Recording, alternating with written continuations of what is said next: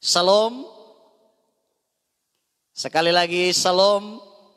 Selamat malam teman-teman sekalian, rekan-rekan muda yang dikasihi oleh Tuhan. Dimanapun teman-teman berada, sejauh teman-teman dapat menangkap siaran kami, dapat mengikuti live streaming melalui Facebook, Twitter, dan lain sebagainya. Kami berharap melalui siaran ini kiranya dapat memberkati teman-teman sekalian. Baik, rekan-rekan muda, sobat-sobat pemuda yang dikasihi oleh Tuhan. Pada malam hari ini saya mengajak kita semua untuk belajar firman Tuhan. Yang saya akan bacakan dari Mazmur 42. Ada 12 ayat dan saya akan membacakannya untuk kita semua. Perikopnya kerinduan kepada Allah. Untuk pemimpin biduan nyanyian pengajaran Bani Korah. Seperti rusa yang merindukan sungai yang berair. Demikianlah jiwaku merindukan Engkau ya Allah. Jiwaku haus kepada Allah yang hidup. Bilakah aku boleh datang melihat Allah? Air mataku menjadi makananku siang dan malam. Karena sepanjang hari orang berkata kepadaku, di mana Allahmu? Inilah yang hendak ku ingat sementara jiwaku gundah gulana. Bagaimana aku dapat berjalan maju dalam kepadatan manusia, mendahului mereka melangkah ke rumah Allah dengan suara sorak-sorai dan nyanyian syukur. Dalam keramaian orang-orang yang mengadakan perayaan. Mengapa engkau tertekan hai jiwaku dan gelisah dalam diriku? Berharaplah kepada Allah sebab aku akan bersyukur lagi kepadanya, penolongku dan Allahku.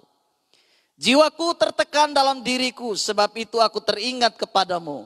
Dari tanah sungai Yordan dan pegunungan Hermon, dari gunung Misar. Samudera raya berpanggil-panggilan dengan deru air terjunmu. Segala gelora dan gelombangmu bergulung melingkupi aku. Tuhan memerintahkan kasih setianya pada siang hari. Dan pada malam hari aku menyanyikan nyanyian suatu doa kepada Allah kehidupanku. Aku berkata kepada Allah gunung batuku, mengapa engkau melupakan aku? Mengapa aku harus hidup berkabung di bawah himpitan musuh?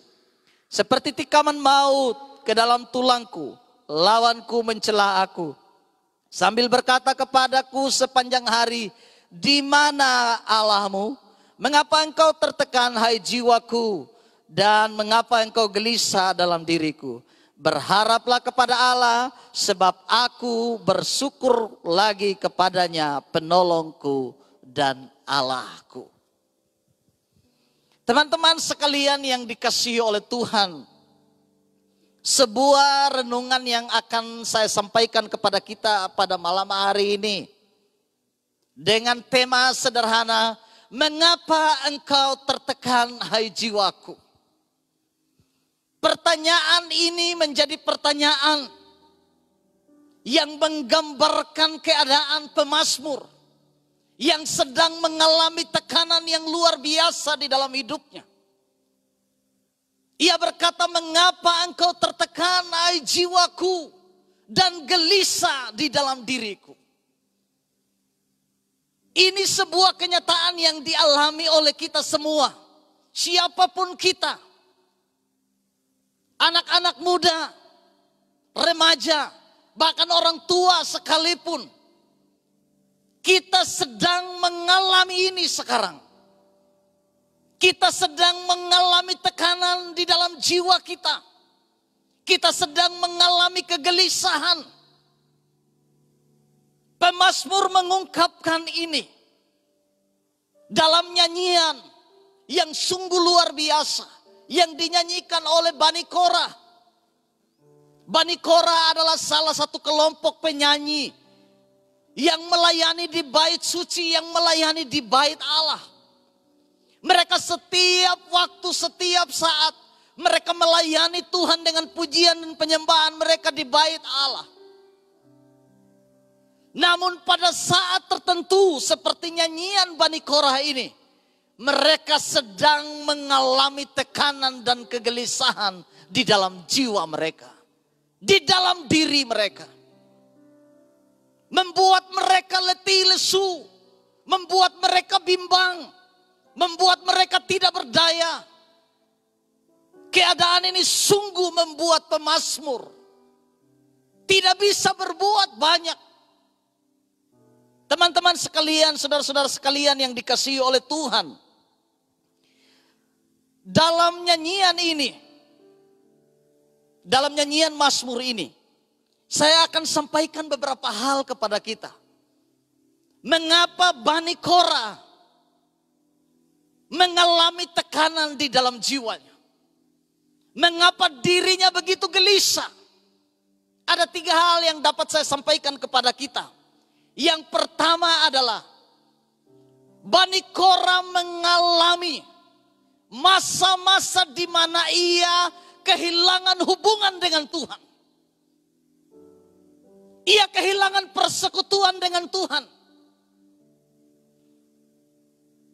Karena itu ia gambarkan di sini seperti rusa yang merindukan sungai yang berair. Demikianlah jiwaku merindukan Engkau ya Allah. Ada rasa yang hilang dari dalam pemazmur. Dari dalam jiwanya, dari dalam hatinya. Ada sesuatu yang hilang. Ada sebuah persekutuan yang hilang. Ada sebuah hubungan yang hilang. Sehingga ia gambarkan dalam nyanyian ini. Seperti rusa yang merindukan sungai yang berair. Demikianlah jiwaku merindukan Engkau ya Allah.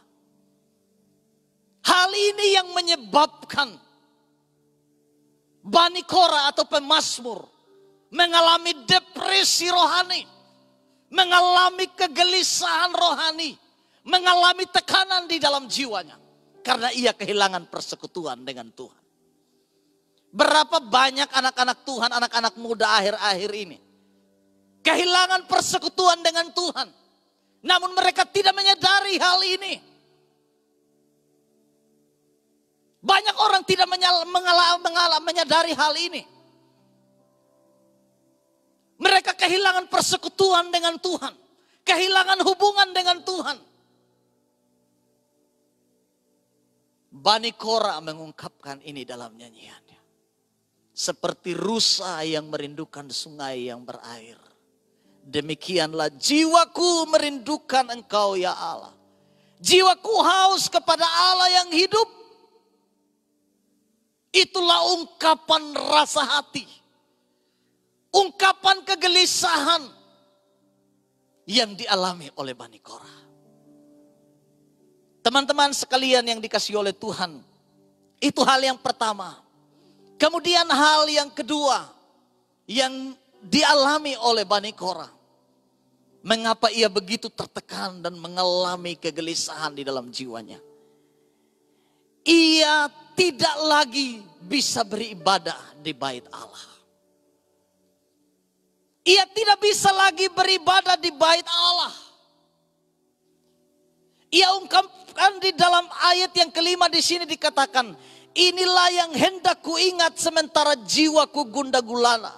Bagaimana aku berjalan maju dalam kepadatan manusia, mendahului mereka melangkah ke rumah Allah dengan suara sorak-sorai dan nyanyian syukur. Namun itu tidak ada lagi. Sekarang itu tidak ada lagi. Tidak ada lagi nyanyian syukur. Tidak ada lagi perlombaan untuk melangkah ke bait Allah.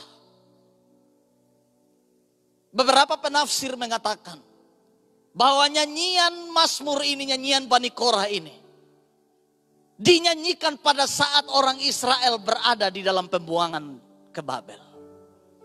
Mereka terbuang jauh dari bait Allah. Mereka terhilang jauh dari persekutuan dengan Tuhan. Bagi orang Israel, bait Allah adalah harga mati untuk membangun persekutuan dengan Tuhan. Jadi ketika mereka jauh dari bait Allah dan tidak lagi bisa beribadah di bait Allah, maka di dalam diri mereka Ada rasa yang terpendam, ada kerinduan yang dalam, ingin beribadah kepada Tuhan di bait Allah. Bani Korah merasakan ini. Ia tidak lagi melayani Tuhan di bait Allah dengan nyanyian puji-pujian, dengan pujian penyembahan, dengan musik, kecapi dan rebana yang mereka sering nyanyikan di bait Allah. Pujian itu tidak terdengar lagi. Nyanyian itu tidak terdengar lagi di bait Allah. Itu sebabnya ada rasa gelisah di dalam jiwa dan hati Bani Korah. Sehingga ia mengungkapkan nyanyian ini. Dikatakan, aku teringat pada waktu aku dalam kepadatan manusia melangkah maju ke rumah Allah. Tapi itu tidak ada lagi. Teman-teman pemuda remaja yang dikasihi oleh Tuhan, dimanapun teman-teman berada, adakah saya dan saudara punya kerinduan yang sama? Ketika engkau kehilangan tempat di mana engkau beribadah, ketika tidak ada lagi persekutuan yang kita bangun setiap waktu, apakah hal itu juga menggugah hati saya dan saudara? Apakah hal itu juga menggugah pikiran kita? Sehingga muncul rasa rindu yang tak tertahankan dari dalam diri kita. Untuk berjumpa dengan Tuhan di dalam bait-Nya, di dalam hadirat-Nya. Inilah yang dirasakan oleh pemazmur. Yang membuat hatinya gelisah. Yang membuat hatinya bimbang. Yang membuat jiwanya begitu galau. Teman-teman sekalian yang dikasihi oleh Tuhan. Dan hal yang ketiga, yang membuat jiwa pemazmur tertekan. Dikatakan, iman pemazmur sedang ditantang oleh kondisinya saat itu. Iman dari pemazmur sedang ditantang oleh kondisinya saat itu. Karena sepanjang hari orang berkata kepadaku, di manakah Allahmu? Di manakah Allahmu? Ini sebuah tantangan iman yang dihadapi oleh Bani Korah. Yang juga dihadapi oleh saya dan saudara. Sebagai pemuda-pemudi Kristen. Ini menjadi tantangan iman yang luar biasa. Di mana iman kita? Di tengah-tengah tekanan. Di tengah-tengah persoalan. Di tengah-tengah pergumulan hidup. Di mana iman saya dan saudara? Apalagi akhir-akhir ini teman-teman sekalian. Virus corona yang sedang melanda seluruh dunia, melanda Indonesia, dan bahkan Sumba tidak ketinggalan. Orang mungkin berkata, di mana iman kita? Tapi sekarang lebih terkenal, di mana imunmu? Bukan iman, di mana imunmu? Tapi saya dan saudara sebagai anak-anak muda Kristen, ketika iman kita diperhadapkan dengan tantangan, kondisi seperti ini, maka iman kita tetap menjadi harga mati. Iman kita kepada Tuhan harus menjadi harga mati. Apapun keadaannya, apapun kondisinya. Bani Korah sempat mengalami ini. Ia sempat merasakan tekanan. Karena orang bertanya kepadanya, di mana Allah Israel? Di mana Tuhan Allah Israel yang membebaskan kamu? Yang katanya Allah Israel itu berkuasa di mana? Di mana mujizat Tuhan Allah Israel? Ini tantangan iman. Di mana Allah Israel? Apakah ia sanggup membawa kalian keluar dari pembuangan? Sebuah penghinaan terhadap iman mereka. Tantangan iman yang luar biasa. Ini yang membuat Bani Korah merasa tertekan dalam hidup. Teman-teman pemuda-pemudi yang dikasihi oleh Tuhan. Mungkin masalah saya dan saudara berbeda dengan masalah Bani Korah. Mungkin persoalan yang saya dan saudara hadapi berbeda. Tantangannya berbeda dan kondisinya berbeda. Kita mungkin tidak dibuang ke Babel seperti mereka.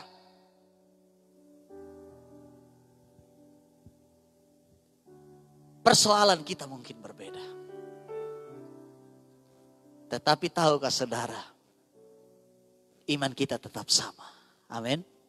Amin. Persoalan boleh berbeda. Tantangan kita berbeda. Iman kita tetap sama. Kita mempercayai Allah Israel. Allah yang dahulu melakukan mujizat. Allah yang dahulu membuat perkara-perkara dahsyat dan ajaib. Allah yang sama. Dia akan buat perkara yang luar biasa bagi saya dan saudara. Tuhan Yesus Kristus yang dulu membuat perkara-perkara ajaib. Dia Tuhan yang sama yang saya dan saudara percayai sampai hari ini. Kalau dulu ia membangkitkan orang yang mati, yang lumpuh berjalan, yang buta melihat, yang tuli mendengar, yang bisu berbicara. Mujizat yang sama masih terjadi sampai hari ini. Tidak ada perkara yang mustahil bagi Tuhan. Seperti nyanyian kita tadi. Sebab Dia hidup, ada hari esok. Allah yang saya dan saudara percayai, Tuhan yang kita percaya adalah Tuhan yang hidup. Sehingga hari esok itu ada. Sehingga harapan itu ada dalam hidup saya dan saudara. Dalam keadaan tertekan sekalipun. Dalam keadaan galau sekalipun. Dalam keadaan bimbang sekalipun. Kita punya Allah yang hidup. Itu sebabnya ada rahasia luar biasa. Sebelum saya menutup renungan ini, ada rahasia yang luar biasa yang disampaikan oleh pemazmur dalam ayat yang ke-6. Rahasianya begini. Berharaplah kepada Allah, sebab aku akan bersyukur lagi kepadanya, penolongku dan Allahku. Ada 3 hal rahasia ini. 3 rahasia yang disampaikan oleh pemazmur bagi kita. Yang pertama adalah dalam kegelisahanmu, dalam kegalauanmu, dalam kebimbanganmu, dalam tekanan hidupmu. Yang pertama adalah berharaplah kepada Allah. Harapan akan selalu ada bagi setiap orang yang percaya. Harapan akan selalu tersedia bagi saya dan saudara. Oleh karena itu jangan takut. Berharaplah kepada Tuhan. Kemudian dikatakan, aku akan bersyukur lagi kepadanya. Dalam segala keadaan, saya dan saudara harus belajar bersyukur. Dengan bersyukur, kita menerima semua kenyataan yang ada. Kita tidak akan lari dari kenyataan. Sebagai anak-anak muda yang memiliki iman percaya yang luar biasa kepada Tuhan, tidak boleh lari dari kenyataan. Hadapi setiap kenyataan dan tetap percaya kepada Tuhan. Dan yang terakhir adalah dikatakan penolongku dan Allahku. Di atas segalanya, jadikan Tuhan sebagai penolong dan Allah kita. Amin. Penolong sebagai pribadi yang selalu mendampingi saya dan saudara. Kemanapun kita pergi, dimanapun kita berada, apapun keadaan kita, penolong itu selalu mendampingi saya dan saudara. Berbicara Allahku, itu pribadi yang dahsyat dan berkuasa. Menentukan seluruh perjalanan hidup saya dan saudara. Jadi di saat saya dan saudara sedang mengalami tekanan dalam hidup ini, berharaplah kepada Tuhan, bersyukur lagi kepadanya. Ya Tuhanku dan Allahku. Saya sungguh percaya sore hari ini, teman-teman sekalian yang mendengarkan renungan ini, dikuatkan kembali, dibangkitkan kembali. Jangan takut, maju terus dalam Tuhan. Apapun keadaan kita akhir-akhir ini, teruslah berharap kepada Tuhan. Karena kita punya Tuhan yang hebat dan luar biasa. Saya ajak kita semua untuk menaikkan sebuah pujian bagi Tuhan.